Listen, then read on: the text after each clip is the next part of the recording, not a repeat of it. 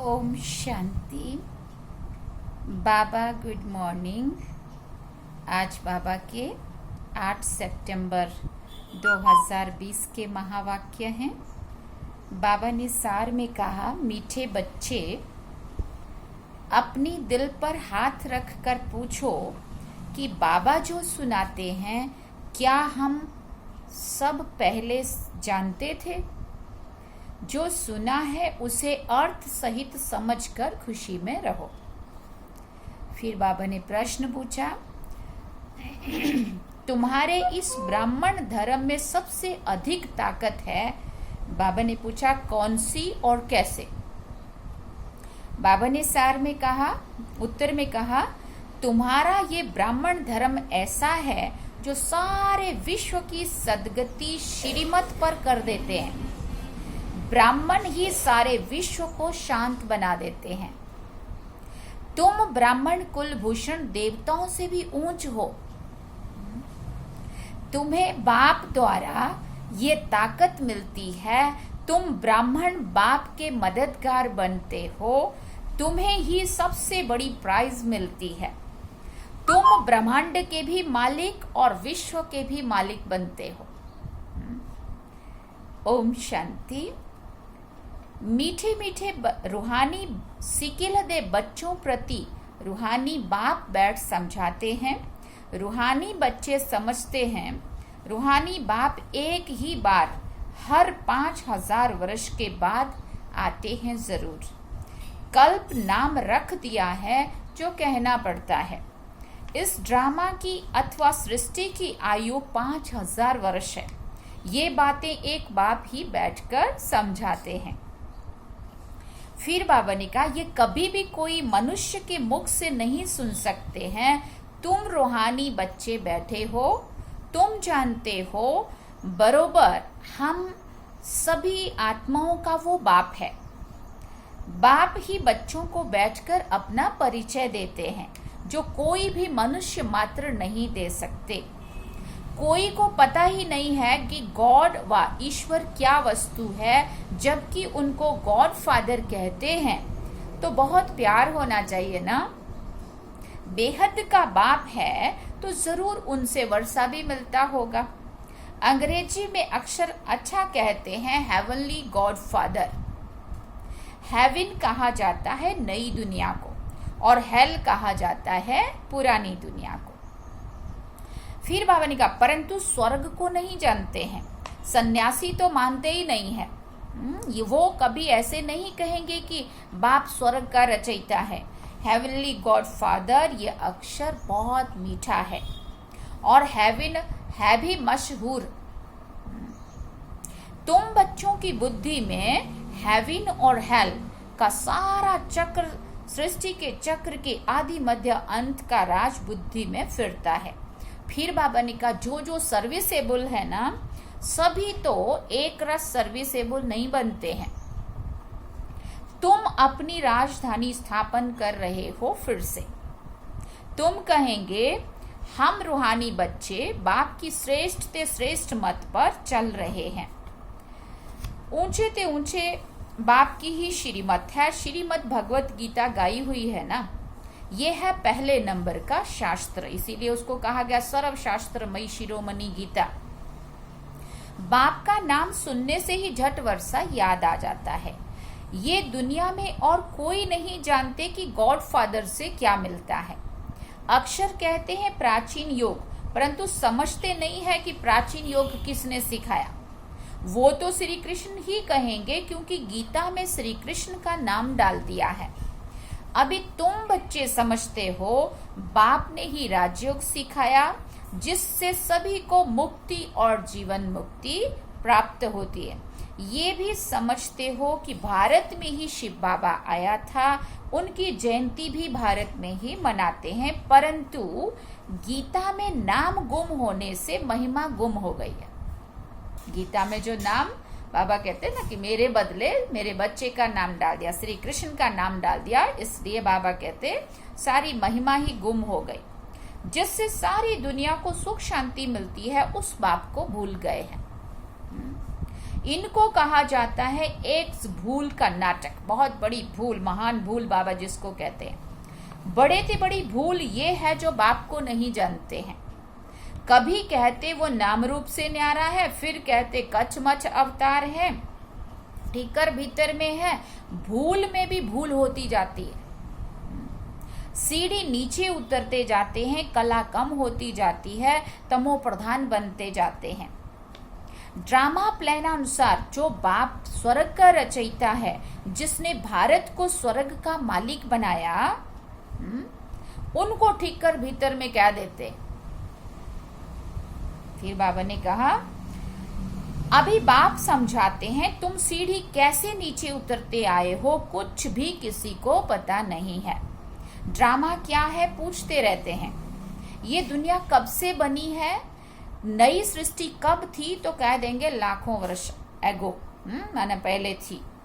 समझते हैं पुरानी दुनिया को तो अभी बहुत वर्ष पड़े हैं। इसको अज्ञान अंधियारा कहा जाता है। गायन भी है ज्ञान अंजन सतगुरु दिया, अज्ञान अंधेर विनाश।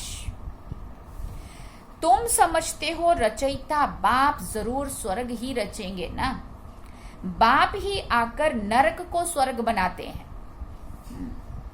रचयिता बाप ही आकर सृष्टि के आदि मध्य अंत का ज्ञान सुनाते हैं। आते भी अंत में हैं। टाइम तो लगता है ना। फिर बाबा ने कहा ये भी बच्चों को समझाया है, ज्ञान में इतना समय नहीं लगता जितना याद की यात्रा में लगता है। ज्ञान तो एक बार समझ में आ गया, बेसिक नॉलेज हमने समझ ली, लेकिन उसके बाद जब योग में बाबा कहते पूरी मेहनत भी है और उसी में ही टाइम भी लगता है। 84 जन्मों की कहानी तो जैसे एक कहानी है। आज से 5000 वर्ष पहले किनों का राज्य था, वो राज्य कहाँ गया। तो बाबा ने कहा तुम बच्चों को अब सारी नॉलेज है। तुम हो कितने साधारण, अजामिल जैसे पापी, अहिल्याएं कुब्जाएं भिलनिया उनको कितना ऊंच बनाते हैं। बाप समझाते हैं तुम क्या से क्या बन गए हो। फिर बाबा ने कहा बाप आकर समझाते हैं पुरानी दुनिया का अब हाल देखो क्या है। मनुष्य कुछ भी समझते नहीं है, कुछ भी जानते नहीं कि सृष्टि चक्र कैसे फिरता है। बाप कहते हैं तुम अपने दिल पर हाथ रख कर पूछो, आगे हम कुछ जानते थे? कुछ भी नहीं। क्या क्या कहते थे। बाबा ने कहा अभी तुम जानते हो। बाबा फिर से आकर हमको विश्व की क्या दे रहे हैं, बादशाही दे रहे हैं। कोई की भी बुद्धि में नहीं आएगा कि विश्व की बादशाही क्या होती है। विश्व माना सारी दुनिया। तुम जानते हो बाप हमको ऐसा राज्य देते हैं जो हमसे आधा कल्प तक कोई छीन नहीं सकता। तो बच्चों को कितनी खुशी होनी चाहिए। बाप से कितना बारी राज्य लिया है। बाप सत्य है, सत्य शिक्षक भी है, सत्य गुरु भी है। कभी भी सुना ही नहीं। अभी अर्थ सहित तुम समझते हो। तुम बच्चे हो, बाप को तो याद कर सकते हो ना। आजकल छोटेपन में ही गुरु कर लेते हैं। गुरु का चित्र बनाए फिर गले में डालते हैं, वह घर में रखते हैं। कोई लॉकेट पहन के रखते हैं ना गुरु का। तो बाबा ने कहा या तो फिर कोई घर में रखते हैं। यहाँ तो वंडर है, बाप शिक्षक सतगुरु सब एक ही है। 3 in 1 सुना, 3 in 1। बाप कहते मैं साथ ले चलूंगा। तुमसे पूछेंगे क्या पढ़ते हो, तो बोलो हम नई दुनिया में राजाई प्राप्त करने के लिए राजयोग पढ़ते हैं। ये है ही राजयोग। जैसे बैरिस्टर योग होता है तो जरूर बुद्धि का योग बैरिस्टर तरफ जाएगा। टीचर को जरूर याद तो करेंगे ना। तुम कहेंगे हम स्वर्ग की राजाई स्थापन करने के लिए पढ़ते हैं। फिर बाबा ने फिर याद दिलाया कौन पढ़ाते हैं, शिव भगवान, शिव बाबा भगवान। उनका नाम तो है ही एक जो चला आया है। रथ का नाम तो है नहीं, मेरा नाम है ही शिव। बाबा शिव और रथ ब्रह्मा कहेंगे। अभी तुम बच्चे जानते हो ये कितना वंडरफुल है। शरीर तो एक ही है, इनको भाग्यशाली रथ क्यों कहते हैं? क्योंकि शिव बाबा की प्रवेशता है तो जरूर दो आत्माएं ठहरी, एक तन में दो आत्माएं ठहरी, शिव बाबा और ब्रह्मा बाबा। अभी तुम बच्चे जानते हो और किसी को भी ये ख्याल में नहीं आएगा। अब दिखाते हैं भागीरथ ने गंगा लाई, तो बाबा पूछते क्या पानी की गंगा लाई? अब उसकी जटाओं से गंगा निकलते हुए, पानी निकलते हुए दिखा दिया। वास्तव में बाबा कहते तुम अभी प्रैक्टिकल में देखते हो वो क्या लाया है, किसने लाया है, किसने प्रवेश किया है? बाप ने प्रवेश किया है ना। मनुष्य में पानी थोड़ी प्रवेश करेगा, पानी की गंगा थोड़ी ऐसे प्रवेश करेगी और फिर जटाओं से गंगा निकलेगी, जटाओं से थोड़ी पानी आएगा। फिर बाबा ने कहा इन बातों पर मनुष्य कभी ख्याल नहीं करते हैं। कहा भी जाता है रिलीजन इज माइट, रिलीजन में ताकत है। बताओ सबसे जास्ती ताकत किस रिलीजन में है? तो फिर बाबा ने कहा ब्राह्मण, किसी ने कहा ब्राह्मण रिलीजन, क्योंकि ब्राह्मणों के साथ स्वयं शिव बाबा। बाबा कहते हैं हाँ ये तो ठीक है, जो कुछ ताकत है ब्राह्मण धर्म में ही है और कोई रिलीजन में कोई ताकत नहीं है। तुम अभी ब्राह्मण हो, ब्राह्मणों को ताकत मिलती है बाप से, जो फिर तुम विश्व के मालिक बनते हो। तुम्हारे में कितनी बड़ी ताकत है। तुम कहेंगे हम ब्राह्मण धर्म के हैं, किसी की बुद्धि में नहीं बैठेगा विराट रूप भले बनाया है परंतु वो भी आधा है। मुख्य रचता और उनकी पहली रचना को कोई नहीं जानते हैं। बाप है रचयिता, फिर ब्राह्मण है चोटी, इसमें ताकत है। बाप को सिर्फ याद करने से ताकत मिलती है। बच्चे तो जरूर नंबरवार ही बनेंगे ना, जो जितना पढ़ेगा या पुरुषार्थ करेगा। तुम इस दुनिया में सर्वोत्तम ब्राह्मण कुल भूषण हो। ये नशा अपने को चढ़ना चाहिए, बाबा कहते याद रहना चाहिए दिन भर में। देवताओं से भी ऊंच हो। तुमको अब ताकत मिलती है, सबसे जास्ती ताकत है ब्राह्मण धर्म में। ब्राह्मण क्या करते हैं? फिर बाबा पूछते हैं सारी विश्व को शांत बना देते हैं। तभी तो लोग बुलाते ब्राह्मणों को शांति का पाठ करने के लिए। बाबा कहते हैं ये यादगार तुम्हारी है। तुम्हारा धर्म ऐसा है जो सर्व की सदगति करते हैं श्रीमत पर। तब बाप कहते हैं तुमको अपने से भी ऊंच बनाता हूं। तुम ब्रह्मांड के भी मालिक बनते हो, विश्व के भी मालिक बनते हो। सारे विश्व पर तुम राजा ही करेंगे। अभी गाते हैं ना भारत हमारा देश है, कभी महिमा के गीत गाते हैं, कभी फिर कहते हैं भारत की क्या हालत हो गई है। जानते भी हैं कि भारत इतना ऊंच कब था। मनुष्य तो समझते हैं स्वर्ग अथवा नरक यहाँ है, जिसको धन मोटर आदि है वो स्वर्ग में है। ये नहीं समझते कि स्वर्ग कहा जाता है नई दुनिया को। अब यहाँ सब कुछ सीखना है। साइंस का हुनर भी यहाँ काम में आता है। ये साइंस भी वहां सुख देती है, वहां सुख देती है माने सतयुग की बात बाबा याद दिला रहे। यहाँ तो इन सब से है अल्पकाल का सुख। वहां तुम बच्चों के लिए ये स्थायी सुख हो जाएगा। यहाँ सब सीखना है जो फिर संस्कार में ले जाएंगे। कोई नई आत्माएं आएंगी जो सीखेंगी।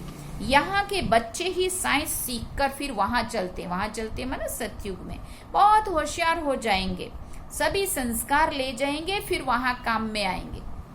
अभी है अल्पकाल का सुख। ये बॉम्ब्स आदि ही सबको क्लास कर देंगे। मौत बिगर शांति का राज्य कैसे होगा? यहाँ तो अशांति का राज्य है। ये भी तुम्हारे में नंबरवार हैं जो समझते हैं। हम पहले अपने घर जाएंगे, फिर सुख धाम में आएंगे। सुख में बाप तो आते ही नहीं है। बाप कहते हैं मुझे भी वानप्रस्थ रथ चाहिए ना।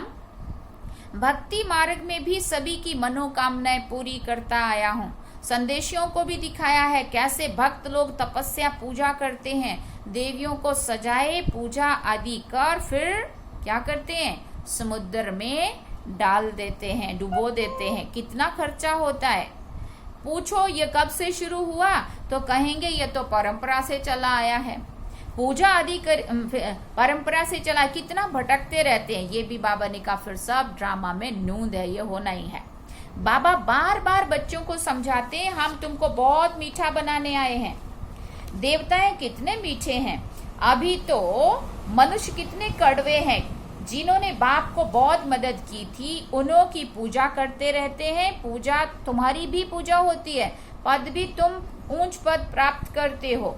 बाप खुद कहते हैं मैं तुमको अपने से भी ऊंच बनाता हूँ। ऊंच ते ऊंच भगवान की है श्रीमत, श्री कृष्ण की तो नहीं कहेंगे ना। गीता में भी श्रीमत मशहूर है। श्री कृष्ण तो इस समय बाप से वर्षा ले रहे हैं। श्री कृष्ण की आत्मा के रथ में बाप ने प्रवेश किया है। कितनी वंडरफुल बात है। कभी किसी की बुद्धि में नहीं आएगा, समझने वालों को भी समझाने में बड़ी मेहनत लगेगी। कोई को भी समझने वाले हैं, उनको खुद को पहले समझने में बड़ी मेहनत लगती है। बाप कितना अच्छी रीति बच्चों को समझाते। बाबा लिखते हैं सर्वोत्तम ब्राह्मण कुलभूषण, तुम ऊंच सर्विस करते हो तो ये प्राइज मिलती है। तुम बाप के मददगार बनते हो तो सबको प्राइज मिलती है नंबरवार पुरुषार्थ अनुसार। तुम्हारे में भी बड़ी ताकत है। तुम मनुष्य को स्वर्ग का मालिक बना सकते हो। तुम रूहानी सेना हो। तुम ये बैज नहीं लगाएंगे तो मनुष्य कैसे समझेंगे ये रूहानी मिलिट्री है। मिलिट्री वालों को हमेशा बैज लगा हुआ होता है। शिव बाबा है नई दुनिया का रचयिता। वहां इन देवताओं का राज्य था, अब नहीं है। फिर बाप कहते हैं मन मना भव, देह सहित सब संबंध छोड़ माम एकम याद करो तो श्री कृष्ण की डायनेस्टी में आ जाएंगे। इसमें लज्जा की बात नहीं है। बाप की याद रहेगी। बाप इनके लिए भी बताते हैं, ये नारायण की पूजा करते थे। हाँ, ब्रह्मा बाबा को कह रहे हैं चलते फिरते उनको देखते थे। अभी तुम बच्चों को ज्ञान है, बैज तो जरूर लगा रहना चाहिए। तुम हो नर्स को नारायण बनाने वाले, राजयोग भी तुम सिखलाते हो। नर से नारायण बनाने की सर्विस भी तुम करते हो। अपने को देखना है, हमारे में कोई अवगुण तो नहीं है। फिर बाबा ने कहा तुम बच्चे बाप दादा के पास आते हो। बाप है शिव बाबा, दादा है उनका रथ। बाप जरूर रथ द्वारा ही मिलेंगे ना। बाप के पास आते हैं रिफ्रेश होने। सन्मुख बैठने से याद पड़ती है बाबा आया है ले जाने के लिए। बाप सन्मुख बैठे हैं तो जास्ती याद आनी चाहिए। उन अपनी याद की यात्रा को वहां भी तुम रोज बढ़ा सकते हो। वहां भी माना जहां जहां भी हम अपने अपने स्थान पर रहते हैं। अच्छा, मीठे मीठे सिकिल दे बच्चों प्रति माता पिता बाप दादा का याद प्यार और गुड मॉर्निंग। रूहानी बाप की रूहानी बच्चों को नमस्ते। हम रूहानी बच्चों की रूहानी माता पिता बाप दादा को दिलवा जान सिकवा प्रेम से याद प्यार, गुड मॉर्निंग, नमस्ते, थैंक्स बाबा जी। धारणा के लिए मुख्य सार है। पहला पॉइंट, अपने को देखना है कि हमारे में कोई अवगुण तो नहीं है। जैसे देवताएं मीठे हैं ऐसा मीठा बनाऊं, ऐसा अपने को चेक करना है। बाप की श्रेष्ठ मत पर चल, बाप अपनी राजधानी स्थापन करनी है। सर्विसेबल बनने के लिए सृष्टि के आदि मध्य अंत का हेवन और हेल का ज्ञान बुद्धि में फिराना है। फिर आज वरदान में बाबा ने कहा श्रेष्ठ भावना के आधार से सर्व को शांति शक्ति की किरणें देने वाले विश्व कल्याणकारी भव।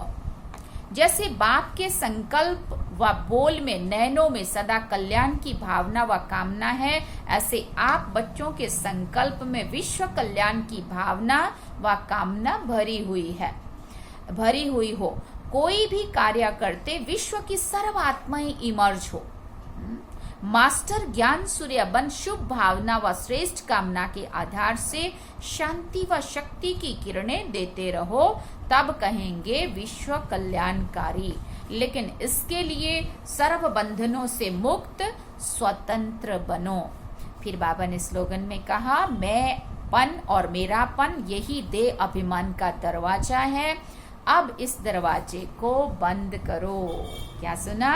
मैंपन और मेरापन यही दे अभिमान का दरवाजा है, इसलिए आप क्या करो, इस दरवाजे को बंद करो। ये बाबा ने आज मुरली में कहा स्लोगन में। अच्छा, ओम शांति शांति शांति।